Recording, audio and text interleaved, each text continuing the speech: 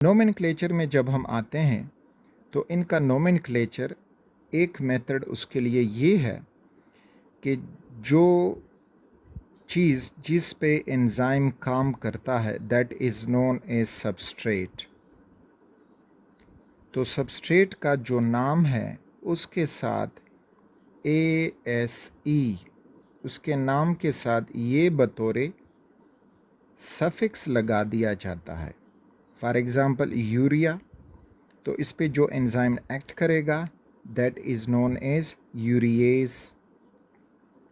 इसी तरह से सक्रोज, जो एंजाइम एक्ट करेगा तो sucrase, cellulose, cellulase, lactase, lactose, तो उस पे जो एंजाइम एक्ट करेगा दैट इज़ लेक्टेज।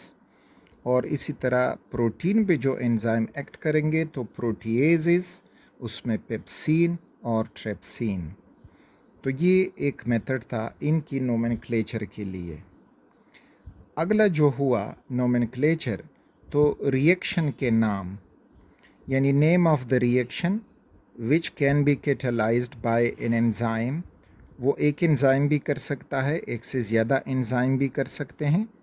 और उसका फिर नाम हम कैसे रखेंगे, तो रिएक्शन के नाम के आखिर में वो ASE का वहीं इजाफ़ा किया जाता है। तो इस तरह से हमें एंजाइमेटिक एक्टिविटी के बारे में मज़ीद इंफॉर्मेशन मिल जाती हैं।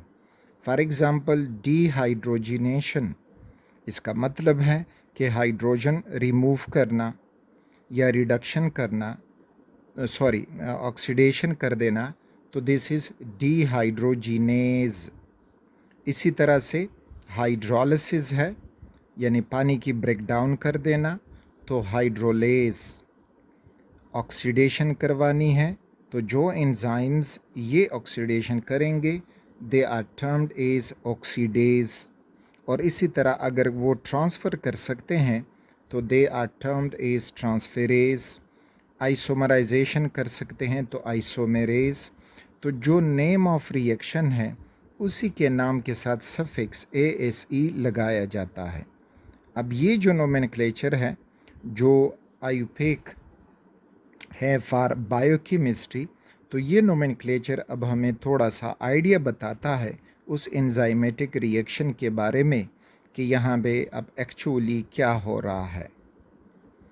Classification of enzyme on the basis of reaction, तो इसमें अब उसी नोमेनक्लेचर के मुताबिक हमें इनके नाम भी मिल जाएंगे। This is first one oxido reductase. These enzymes catalyze the oxidation and reduction reaction. Look at this. Alcohol अगर इसकी ऑक्सीडेशन हम कर दें तो ये कन्वर्ट हो जाता है इनटू एल्डिहाइड। और इसी तरह फिर एल्डिहाइड की फ़र्दर हम ऑक्सीडेशन कर सकते हैं। तो अब ये एक ऑक्सीडेशन रिएक्शन है, तो अल्कोहल डिहाइड्रोजिनेज, यानी जो एंजाइम इसको करवाएगा तो वो alcohol dehydrogenase. Next is transferases. These enzymes catalyze the reaction of a group transfer from one substrate to another substrate. For example, acetyl coenzyme A और कार्निटीन, तो ये बन जाता है एसिटाइल यहाँ से हट जाएगा, कोएंजाइम A रह जाएगा और एसिटाइल कार्निटीन बनेगा, यानी the acetyl group has been transferred towards the carnitine. So this is carnitine acetyl transferase, जो एंजाइम ये करेगा। Another example, L-aspartic acid to oxoglutaric acid, और ये कन्वर्ट हो जाता है इनटू ऑक्जेलोएसीटेट एंड ग्लूटामिक एसिड। अब इसमें एस्पार्टेट अमीनो ट्रांसफेरेज, तो इस एंजाइम ने इन ग्रुप्स की ट्रांसफ़र की from the one substrate to the another substrate. Coming towards the third, that is hydrolases. These enzymes catalyze the hydrolytic reactions. अब amylose है, इसको ग्लूकोज में कन्वर्ट किया जाता है।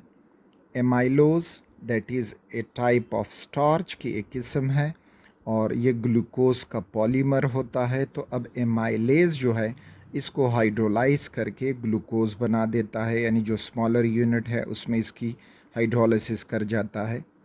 इसी तरह प्रोटीन, उसके जो बिल्डिंग ब्लॉक्स हैं दे आर अमीनो एसिड। तो प्रोटीएज, अब जो भी एंजाइम होगा, पेप्सिन होगा, ट्रिप्सिन होगा, they are termed as protease. तो प्रोटीएज ये हाइड्रोलिसिस परफॉर्म करके उनके अमीनो एसिड बना देते हैं।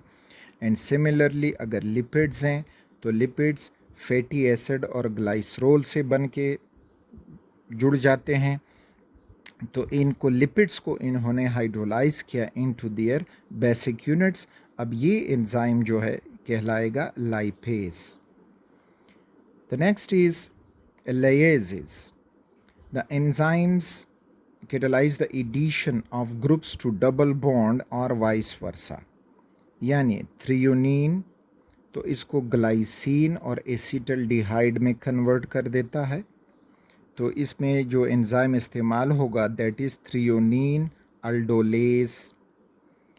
And next one is acetoacetate, convert हो जाता है into acetone and carbon dioxide. Acetoacetate एक एस्टर है, उससे उन्होंने एक कीटोन बनाया और कार्बन डाइऑक्साइड रिमूव हुआ, तो इसका अब नाम कहलाएंगे एसीटो एसीटेट डी कार्बोक्सिलेज, क्योंकि डी कार्बोक्सिलेशन हो गई है, रिमूवल ऑफ कार्बन डाइऑक्साइड हो गया है। इसी तरह से लीवो या एल एस्पार्टिक एसिड, तो वो फ्यूमेरेट और एमोनिया बन जाता है। तो एस्पार्टेट एमोनिएज एंजाइम इसमें यूज़ होगा, या ये एंजाइम ये काम करेगा। नेक्स्ट इज़ आइसोमेरेज, ये आइसोमर में की इंटर कन्वर्जन करेंगे। फॉर एग्ज़ाम्पल यानी अरेंजमेंट करके उनमें इंटर कन्वर्जन कर जाते हैं। एल एलानीन तो डी एलानीन, यानी लीवो एलानीन जो प्लेन पोलराइज लाइट को लेफ़्ट की तरफ रोटेट करता था, उसको कन्वर्ट किया इनटू डेक्स्ट्रो एलानीन जो प्लेन पोलराइज लाइट को राइट की तरफ रोटेट करेगा। तो ये एलानीन रिसीमेरेज एंजाइम ये काम करेगा। इसी तरह से एडीपी एडिनोसिन डाइफॉस्फेट ग्लूकोज बन जाता है एडिनोसिन डाइफॉस्फेट गैलेक्टोज। तो इसके लिए जो एंजाइम है दैट इज़ एडीपी ग्लूकोज एपीमेरेज। तो रिमेंबर ये सारे वो जिसको रोट लर्निंग कहते हैं या क्रेमिंग कहते हैं, वहाँ से ही आपने इनको याद रखना होगा। The next is ligases. These enzymes catalyze the reaction of condensation of two molecules using energy derived from cleavage of other molecule such as ATP adenosine triphosphate. तो यहाँ पे आपको ये एक मॉलिक्यूल दिखाई दे रहा है, इस मॉलिक्यूल के साथ कार्बन डाइऑक्साइड और ATP की मौजूदगी में रिएक्शन होके ऑक्जेलो एसीटेट बन जाता है और ADP बन जाता है। So the enzyme acting over here is pyruvate carboxylase. The next is acetyl co enzyme है, उसमें कार्बन डाइऑक्साइड का रिएक्शन करवा के ATP का इस्तेमाल कर देना है, तो वो मेलोनाइल को एंजाइम A और ADP हो जाएगा। और यहाँ पे acetyl co enzyme A carboxylase. तो इस तरह से ये नाम आपने क्रेमिंग करके याद रखने हैं।